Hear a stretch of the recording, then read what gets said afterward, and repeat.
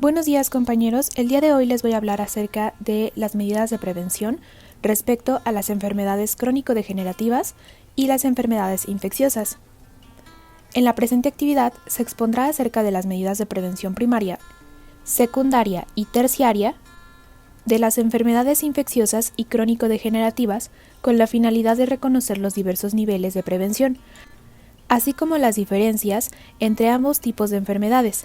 Cabe destacar que se eligió a la influenza como la enfermedad infecciosa y a la diabetes como enfermedad crónico-degenerativa para poder ejemplificar dichos niveles. Enfermedades infecciosas. La Organización Mundial de la Salud menciona que las enfermedades infecciosas son causadas por microorganismos patógenos como las bacterias, los virus, los parásitos o los hongos. Estas enfermedades pueden transmitirse directa o indirectamente de una persona a otra.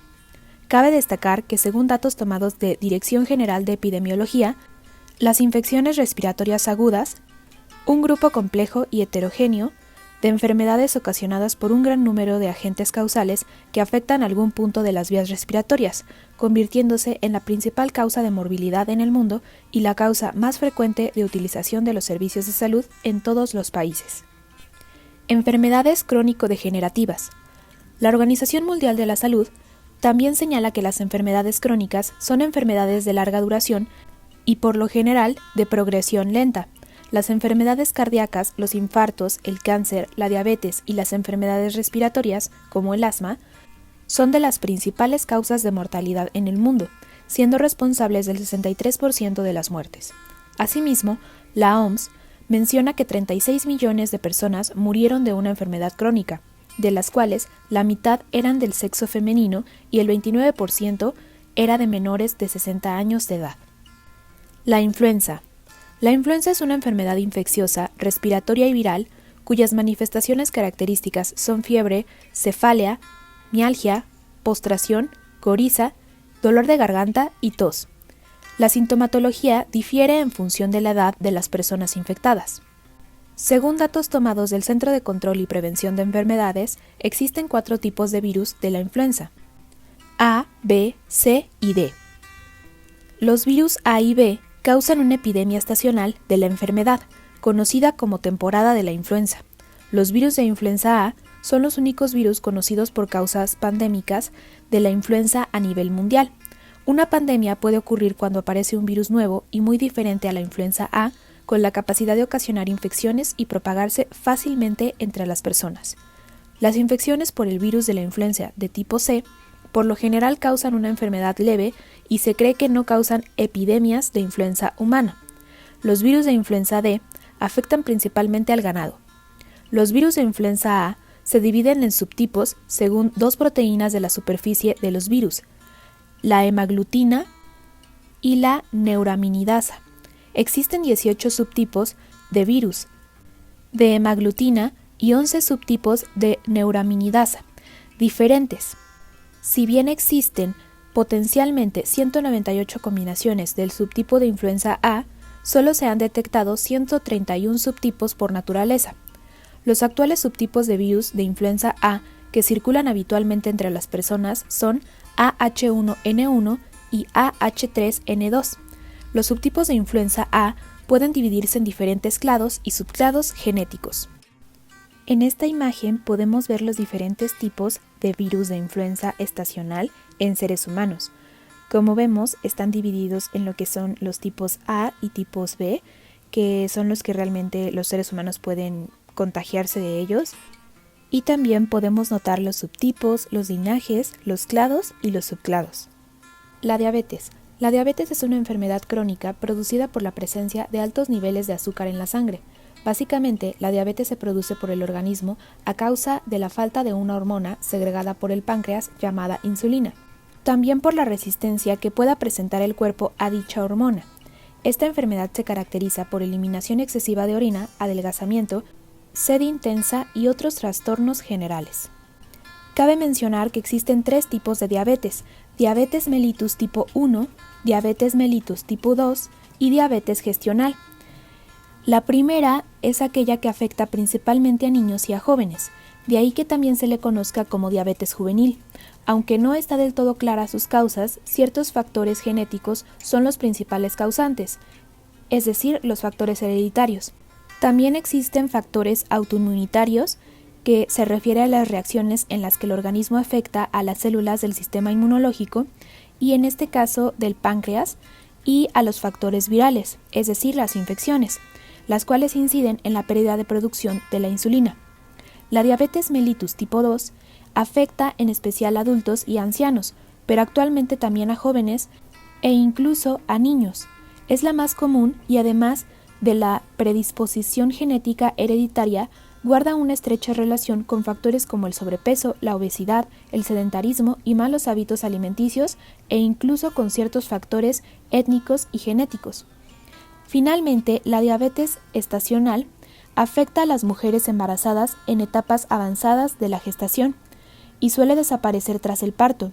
Sin embargo, las pacientes pueden llegar a desarrollar diabetes mellitus tipo 2 conforme envejecen, lo mismo que los bebés nacidos dentro de esos cuadros, aunque el riesgo en estos es menor si la madre nunca padeció diabetes mellitus tipo 1 o diabetes mellitus tipo 2. Medidas de prevención, enfermedades infecciosas. Influenza. Prevención primaria.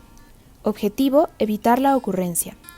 La Secretaría de Salud recomienda vacunarse todos los años. Se ha demostrado que la vacuna contra la influenza reduce la aparición de enfermedades relacionadas con la influenza y el riesgo de sufrir complicaciones graves a causa de esta enfermedad, que puede dar lugar a hospitalizaciones o incluso a la muerte. También recomiendan tomar medidas preventivas diarias, como mantenerse alejado de las personas que están enfermas, cubrirse la boca y nariz al toser y estornudar, y lavarse las manos con frecuencia, para ayudar a disminuir la propagación de microbios que causan enfermedades respiratorias, nariz, garganta y pulmones, como la influenza.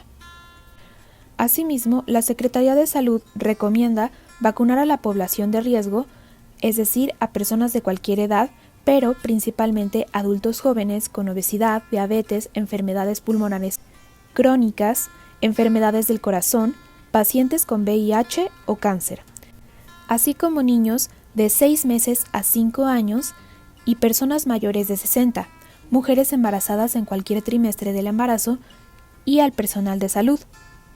De igual forma, además de mantener vacunas actualizadas para evitar la ocurrencia de enfermedades de la influenza, se recomienda lavar las manos con frecuencia, especialmente en las épocas de gripe y resfríos.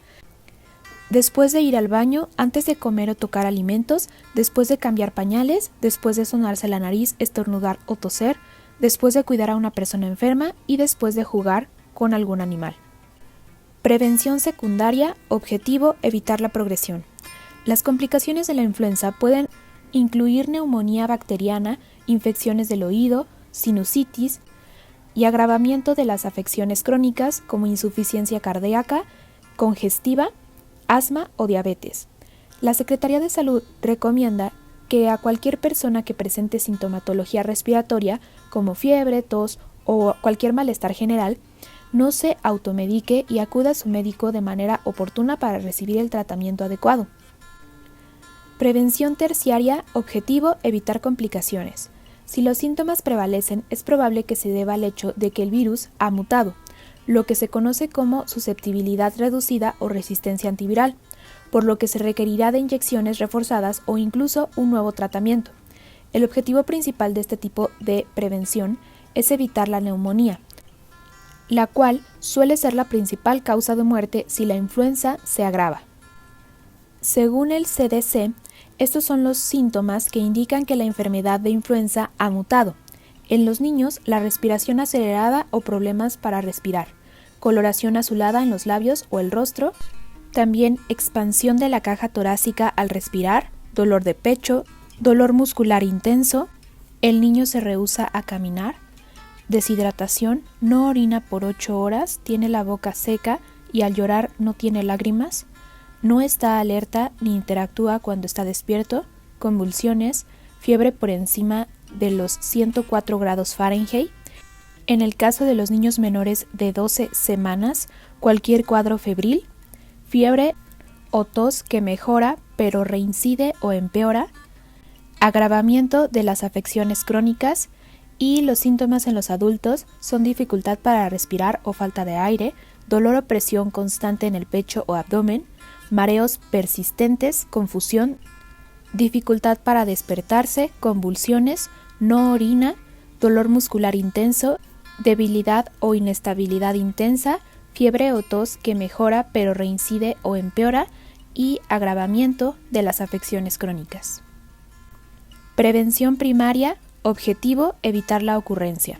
Según la Secretaría de Salud, entre las medidas de prevención primaria para la diabetes, los especialistas recomiendan llevar un estilo de vida saludable con una alimentación balanceada, es decir, proporcional en macronutrientes respecto al plato del buen comer, ejercicio para evitar el sedentarismo, evitar los productos procesados y o con químicos y artificiales, cuidar el peso y mantenerlo en el ideal, reducir o evitar el consumo de alcohol y tabaco, y revisar la presión arterial.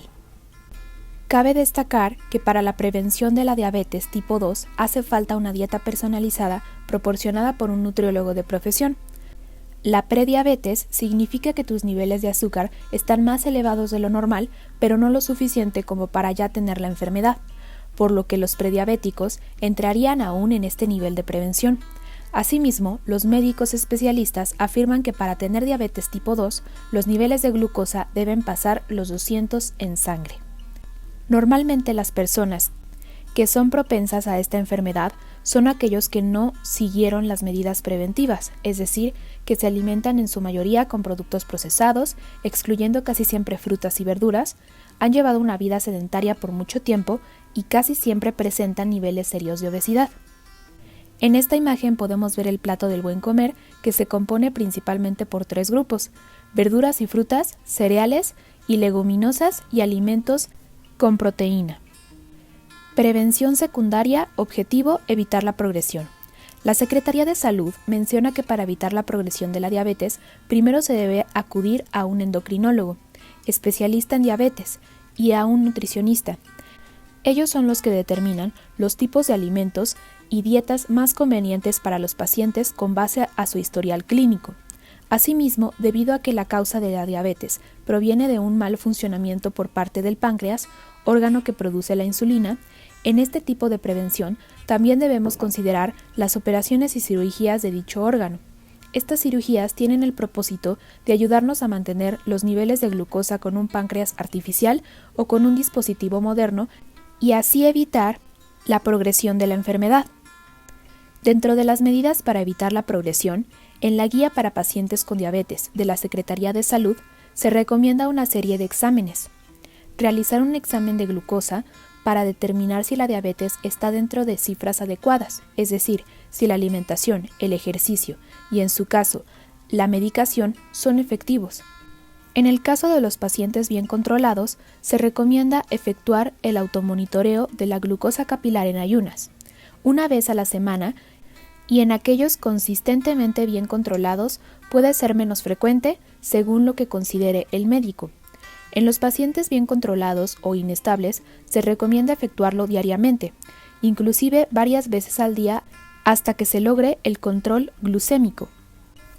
También se recomienda llevar a cabo una prueba de colesterol cada 6 meses para verificar que este nivel bajó de acuerdo a la disminución de ingesta de grasas en la alimentación. El examen de colesterol servirá para determinar si el plan de alimentación permite cumplir las metas del tratamiento. Asimismo, se recomienda un examen de la vista al momento de establecer el diagnóstico y posteriormente, de manera anual, se efectuará el examen de la agudeza visual y de la retina si el resultado es negativo, y tan frecuente como lo considere su médico si el resultado es positivo. Se recomienda controlar periódicamente el peso corporal para saber si se logra llegar al objetivo propuesto del índice de masa corporal establecido. Este se calcula de la siguiente forma: el número de kilogramos entre la estatura al cuadrado. Si una persona de sexo masculino pesa 80 kilogramos y mide 1,60, será su índice de masa corporal de 31,2. Esta persona tiene sobrepeso y por lo tanto tendrá que reducirlo, y cuando quiera saber si su índice es de acuerdo a su peso, lo tendrá que hacer de la siguiente manera. Aquí vemos nuestra fórmula y aquí tenemos también información proporcionada de la Secretaría de Salud, en la que se nos enseña la clasificación del índice de masa corporal y el riesgo asociado para la salud. Aquí tenemos los índices que nos indican el bajo peso, el peso normal, el sobrepeso, la obesidad clase 1, la obesidad clase 2 y la obesidad clase 3. El sobrepeso y la obesidad dificultan el control de la diabetes. Su tratamiento exige la prevención de un equipo multidisciplinario, es decir, el médico, el endocrinólogo, el dietólogo, el psiquiatra, el educador en salud, etc. La presión alta es un factor de riesgo más importante en los diabéticos que en los no diabéticos. Se recomienda tomar la presión arterial periódicamente en casa con el fin de observar si el paciente mantiene cifras de presión alta o está disminuyendo.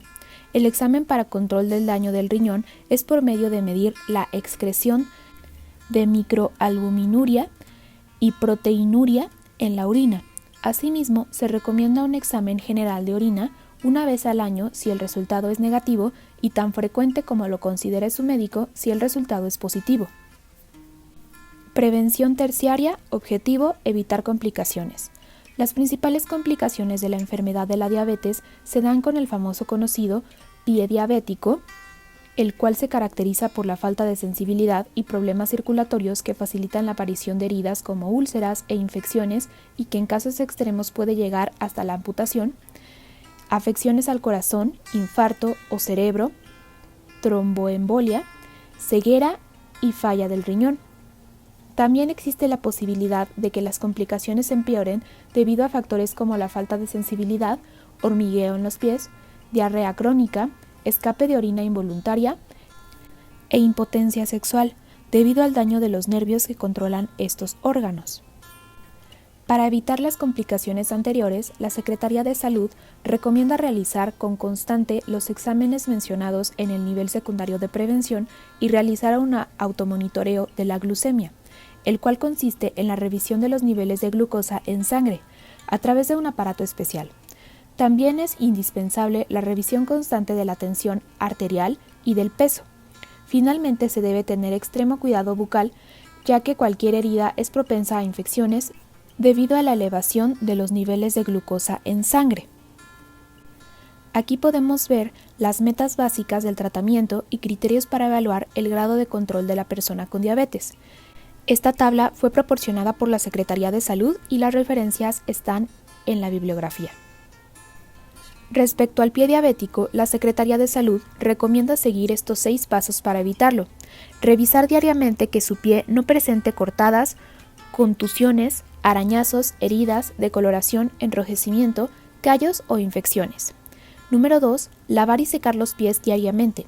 Pon crema sobre la piel seca para evitar que se parta. Utiliza talco entre los dedos del pie y mantén seca la zona entre los dedos.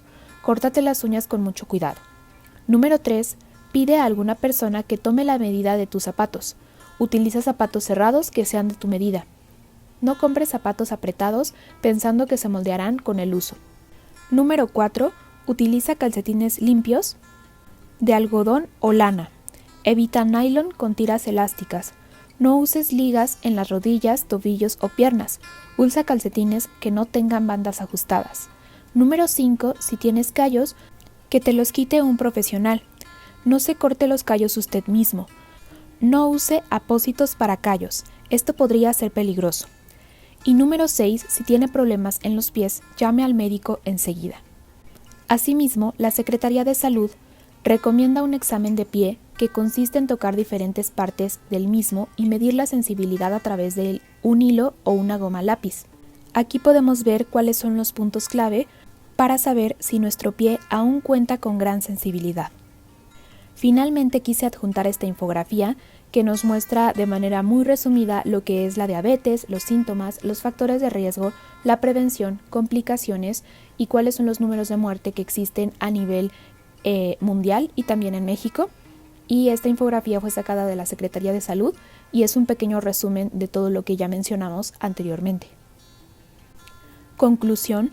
Considero que esta actividad me sirvió para conocer las medidas de prevención primaria, secundaria y terciaria de las enfermedades infecciosas y crónico-degenerativas, así como las diferencias entre ambos tipos de enfermedades y sus niveles, en este caso a través del ejemplo de la enfermedad de la influenza y de la diabetes. Asimismo, considero que la diferencia más grande que existe entre las infecciones y las enfermedades crónico-degenerativas es que las primeras responden a los malos hábitos sanitarios o de higiene y las segundas a los malos hábitos alimenticios y de estilo de vida.